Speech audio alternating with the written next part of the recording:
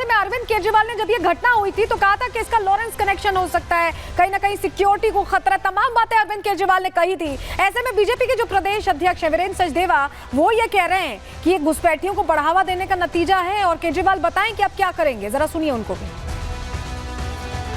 हाँ, के ऊपर जो हमला करने वाला था वो व्यक्ति पकड़ा गया और मैं हाथ जोड़ के अरविंद केजरीवाल से गुजारिश कर रहा हूँ कि आओ जरा प्रेस कॉन्फ्रेंस करो, अब आके बताएं तो हमला करने वाला कौन है।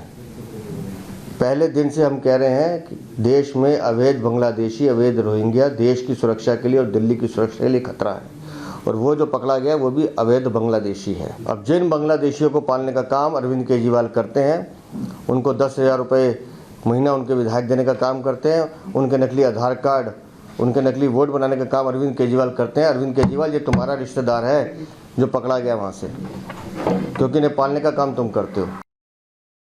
सियासत भी हो रही है क्योंकि बहुत से दल ऐसे हैं जो ये कह रहे हैं कि इन्हें बढ़ावा दिया जाता है वोट बैंक बनाने के लिए, और ऐसे में इन पर एक्शन की सख्त जरूरत है। कम से कम ये घटना तो यही बता रही है कि देश के लिए खतरा बन गए या बांग्लादेशी अवैध घुसपैठी है। लेकिन मुंबई में तेजी से इनकी जो संख्या है ये कहीं बढ़ती जा रही है, यह खुलासा हुआ है। रिपोर्ट क्या कहती है, जानकारी क्या कहती है, चलिए अब आपको बता रहे हैं जरा डिटेल में। 3 सालों में 127 बांग्लादेशियों को मुंबई से पकड़ा गया है। महाराष्ट्र से बांग्लादेशी घुसपैठिया अवैध तरीके से मुंबई में रह रहे थे, और साल 2024 में अगर बात करें तो 413 बांग्लादेशी नागरिक गिरफ्त में लिए गए हैं। और साल 2000 में भारत के गृह सचिव रहे माधवा गोडबोले, उन्होंने एक रिपोर्ट सौंपी थी और उस रिपोर्ट के मुताबिक बड़ी बात कही गई थी उस रिपोर्ट में कि करीब 1.5 करोड़ घुसपैठिए अवैध रूप से रह रहे हैं। सोचिए, 1.5 करोड़। रिपोर्ट के मुताबिक सालाना 3 लाख बांग्लादेशी भारत में घुस जाते हैं अवैध तरीके से। साल 2001 में 1.2 करोड़ बांग्लादेशी भारत में थे। साल 2016 में यह संख्या 2 करोड़ तक बढ़ गई, और उसके बाद 2001 से 2016 के बीच 67% बढ़ी संख्या। ये जो अनुपात है ये डराने वाला है, 67%। सबसे ज्यादा बांग्लादेशी पश्चिम बंगाल में रहते हैं, क्योंकि बिल्कुल सटा हुआ है, वहीं आकर छुप जाते हैं। पश्चिम बंगाल में 57 लाख बांग्लादेशी। आप सोचिए, और जब कहा जाता है कि डॉक्यूमेंट्स वेरीफाई होंगे तो सबको दिक्कत होने लगती है, सभी दलों को दिक्कत होने लगती है, खासतौर से पश्चिम बंगाल में तो बहुत दिक्कत होती है दीदी को। देश के अलग अलग राज्यों में, हर राज्य में बांग्लादेशी छिप रहे हैं, अपना ठिकाना बना रहे हैं। झारखंड भी घुसपैठियों का बड़ा अड्डा और नया अड्डा बनता दिखाई दे रहा है। तो ऐसे में ये घुसपैठी लगातार यहाँ पर रहने की कोशिश कर रहे हैं, और रह तो रहे हैं, नुकसान पहुंचा रहे हैं। इतनी हिम्मत बढ़ गई है, चोरी, डकैती, लूट पाट, इस तरह की चीजों पर आमादा हो गए। ऐसे में खतरा बढ़ता जा रहा है। लेकिन इनका रूट क्या होता है, कैसे आते हैं ये भारत में, क्योंकि अलाउड तो है नहीं बिना दस्तावेजों के ऐसे आना। चलिए जानकारी आपके सामने रख रहे हैं, आपको बता रहे हैं कैसे ये घुसते हैं। जंगल के रास्ते आते, चोरी छिपे बचते बचाते जंगल के रास्ते आते। इसके अलावा रेल रूट भी लेते हैं ये। वहीं अगर हम आपको बताएं कहां सबसे ज्यादा खतरा है, कहां ये सबसे ज्यादा घुसने की कोशिश करते हैं, मिजोरम, असम, त्रिपुरा, मिजोरम, और उसके अलावा मेघालय, पश्चिम बंगाल, ये वो तमाम जगह हैं जहां से सीमाएं लगी हुई हैं, और वहीं से ये एंट्री करते हैं या तो जंगल के रास्ते या तो डंकी रूट अपनाते हैं, रेल रूट से ये आते हैं। और ऐसे में अब ये मांग उठने लगी है भारत में कि बेड़ेबंदी करा दी जाए बांग्लादेश से, जो पूरी हमारी सीमा है, क्योंकि बांग्लादेश के लक्षण भी ऐसे हैं कि उनसे दूरी बनाकर रखनी चाहिए। और ये जो घटनाएं ऐसी चल रही हैं ये भी यही सीख दे रही हैं कि अब बांग्लादेश से पूरी जो है बेड़ेबंदी प्रॉपर करा लेनी चाहिए, कहीं कोई स्कोप ना हो कि इस तरह से घुसपैठिए अंदर भारत में आ सके। चलिए अगली खबर की ओर आगे बढ़ते हैं। इस खबर पर पूरी जानकारी हमने आपको दी, क्या खुलासा होता है पूछताछ में, इस पर हमारी नजर रहेगी अगले सेगमेंट की अब बात, क्योंकि दिल्ली में चुनावी दौर चल रहा है, और इस चुनावी दौर में नए नए मुद्दों के बीच एक नई बात आ गई है। बात अब उसी की करने वाले हैं।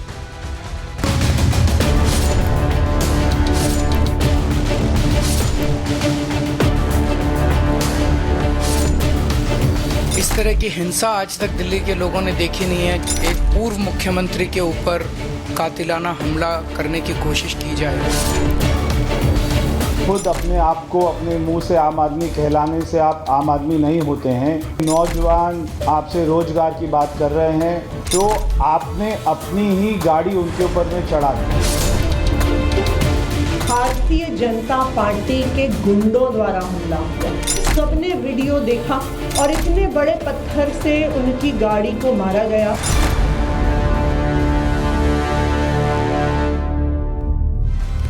दिल्ली चुनाव में लगातार वार पलटवार का दौर आप देख रहे हैं। हम प्रहार में भी आपको खबरें दिखा रहे हैं कैसे पोस्टर दनादन पोस्टर लाए जा रहे हैं, जुबानी जंग चल रही है, ऐलान हो रहे हैं, योजनाओं की बात हो रही है, फ्रीबीज की बात हो रही है। लेकिन बात यहां से अब 2 कदम आगे निकल गई। अब पत्थरबाजी, हिंसा, रोड रेज के आरोप लग रहे हैं। सोचिए कहां पहुंच गई है दिल्ली की राजनीति और किस हालत में आ गई है जनता से वोटों की अपील से पहले। इसी की अब हम बात करने वाले हैं। चलिए सबसे पहले जरा आपको तस्वीर दिखाना जरूरी है। तस्वीर आपको दिखाते हैं बात कहां से शुरू हुई। ये रोड रेज, हिंसा, कहां से कहानी शुरू हुई। आप देखिए कल शाम की तस्वीरें। ये केजरीवाल का काफिला, गाड़ी जो आप देख रहे हैं आगे जा रही है और ये जो पत्थर हवा में उछल रहा है, इसी को लेकर पूरा चकल्लस शुरू हुआ है, चुनावी चकल्लस, जिसमें वार पलटवार तो चल ही रहा है। काले झंडे दिखाए गए। देखिए तस्वीर आप देख लीजिए, ये कल शाम की तस्वीरें हैं। अरविंद केजरीवाल का जो काफिला, ये देखिए ये पत्थर आप देख रहे हैं जो हम आपको हाईलाइट करके दिखा रहे हैं। इसके बाद ही ये आरोप लगने शुरू हुए, काले झंडे दिखाए गए हैं।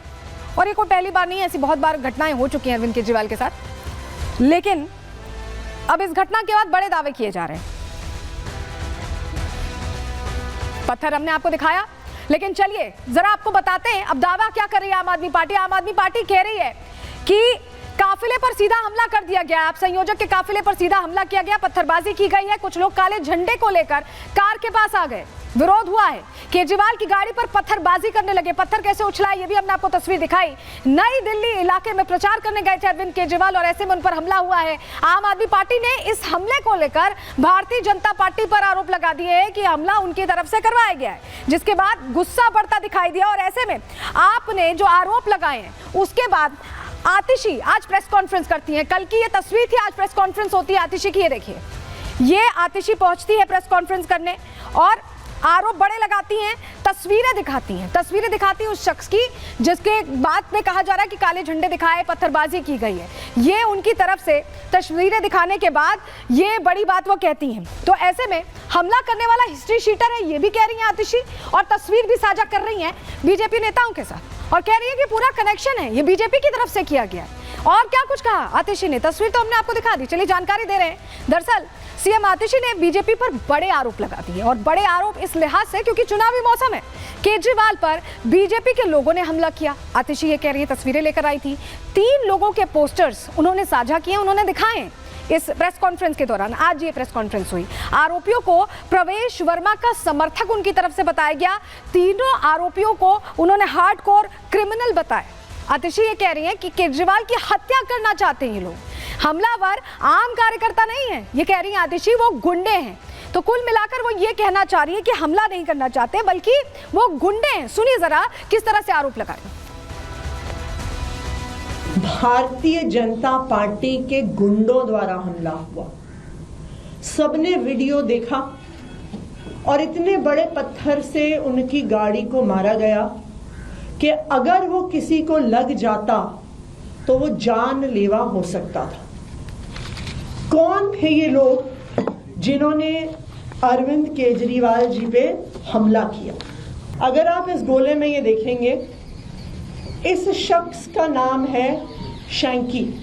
उसके अलावा अक्सर प्रवेश वर्मा जी के साथ पाए जाते हैं।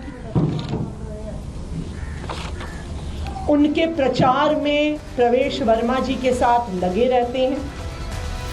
कुल मिलाकर ये समझ लीजिए कि दिल्ली की जो चुनावी जंग है वो जुबानी जंग से 2 कदम आगे निकल